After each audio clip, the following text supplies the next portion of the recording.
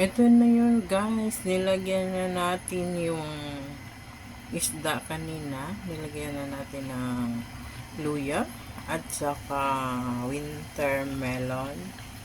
Tongkwa kung tawagin ng mga inchik. Ayan. Yan, pakukuluan yan siya hanggang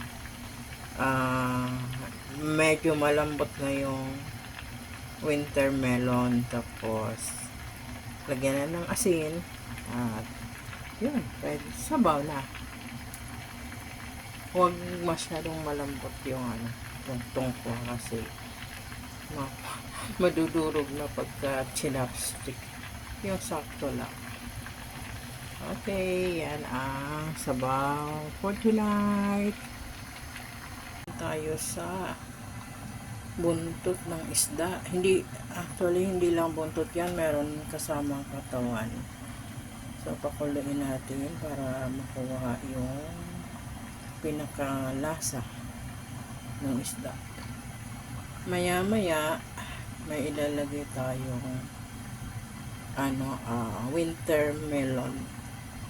Tungkwa. Sabaw yan, sabaw. Ay, kalimutan ko yung ginger. Importante yun para mawala yung lasa. Ayan. Mamaya ko dugtungan to.